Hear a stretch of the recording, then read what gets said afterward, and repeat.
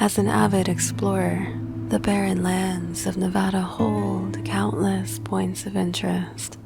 Anything from old ghost towns, long-lost mines, and scenic trails in places unknown. Although I know strength is better in numbers, I'm a solo kind of guy.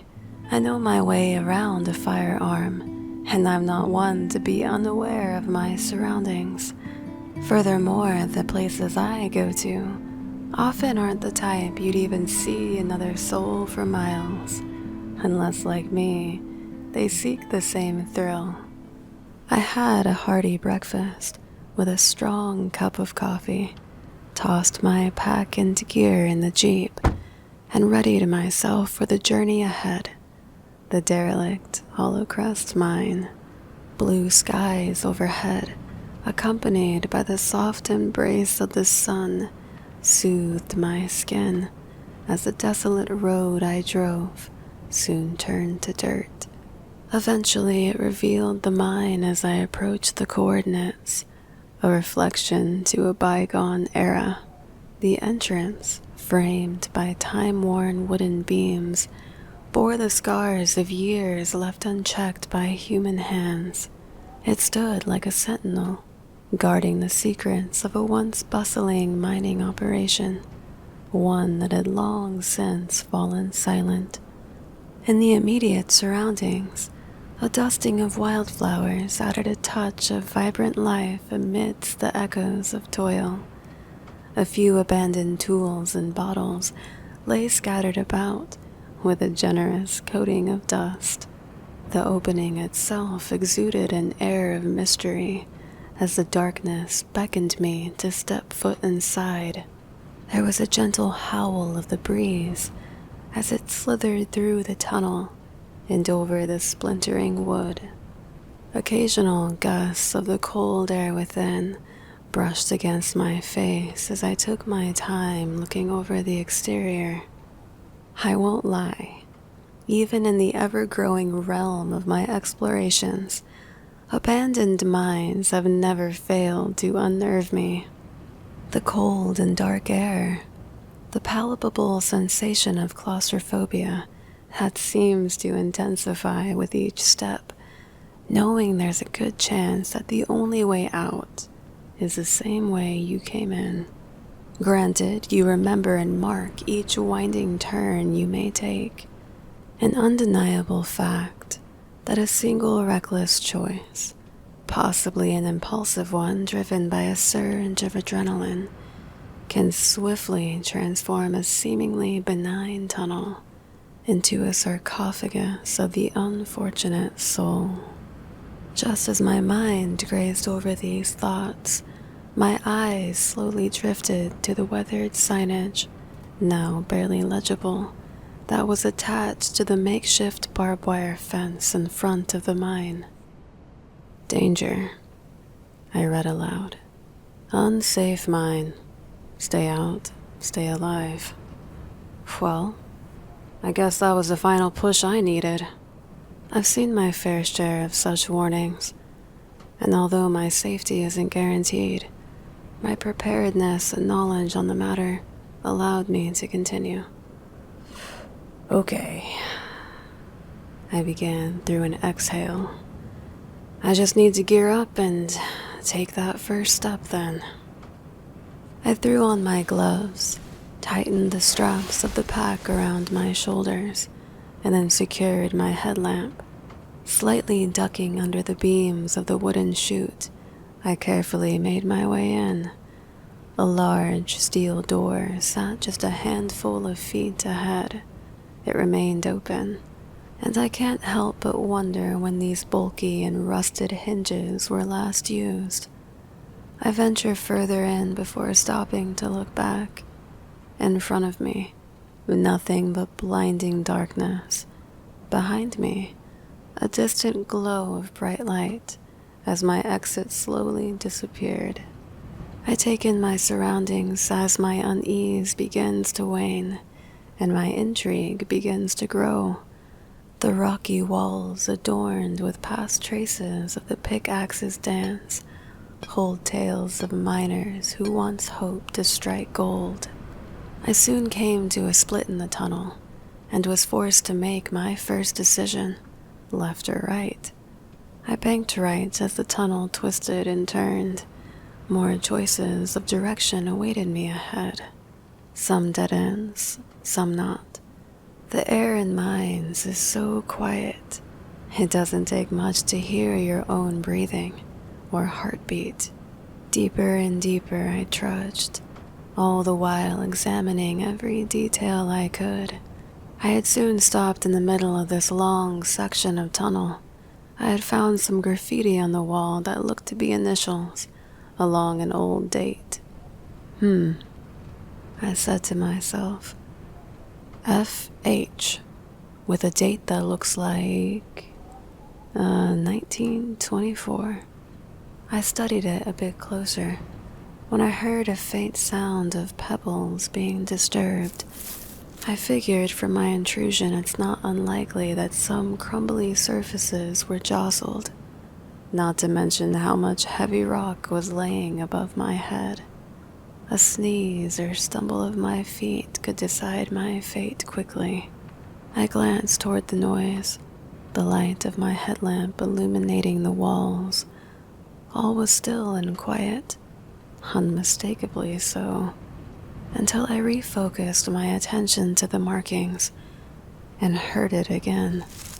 This time, when I turned in the direction, I caught what appeared to be the quickest reflection of two eyes in the distant stretch of tunnel toward the middle left. I felt a startled surge in my gut when I noticed, but I initially figured my light may have hit something just right, making the illusion of two eyes. Or maybe it was a pack rat. Although it was strange, I didn't allow myself to stress. Instead, I shook the feeling and continued to follow the mine as it snaked further into the mountain. It had been some time now, and eventually I came around a bend and into what appeared to be the end of the mine. I took a quick break to gulp down some water and snack on a granola bar before starting my trek back out. The air remained cold, if not a bit colder now, and the sound around me almost seemed mute, it was so silent. This part of the mine was damp, and I examined the rotting and spongy beams that were once used for ceiling support. Next to it was soft, and I tore off a piece of cool clay to compress in my hands. I spoke. Would you look at that? Back here would be a potter's dream. It was then that I looked back up to start again, but instead froze. In the distant view of the long and dark tunnel appeared to be half of a pale face peering out at me. The other half was sneakily hidden behind the tunnel wall. I felt my heart thud in my ears, a wave of fear and vulnerability washing over me. I squinted intensely at this anomaly, figuring I was experiencing pareidolia, an odd phenomenon where inanimate objects evoke a specific shape or image, in my case, a haunting face. What on earth? I said under my breath. This unmoving and strange face had to be a rock or something. The mine was scraggly and rugged this far in. I kept my eye on it like a hawk, and I slowly inched forward, my nerves tingling as if on the verge of short-circuiting. Then, completely out of plan, my boot slipped on some loose shale beneath me, causing me to stumble and look down at my feet, the light from my headlamp helping me regain balance. It had only been but a couple of seconds until my head snapped back up to the face that was no longer there. Oh, come on. That can't be, I muttered. I then began tilting myself from side to side, seeing if it was a trick of the angles, but no matter what I seemed to try, I couldn't get that face that I deemed a rock to reappear. It was lost in the abyss of the mind now, and I was going to have to pass the exact place of where I saw it.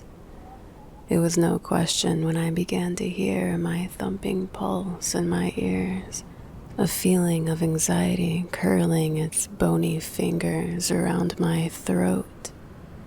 I inhaled and exhaled deeply, telling myself that it was just a trick of the light and the rocky wall.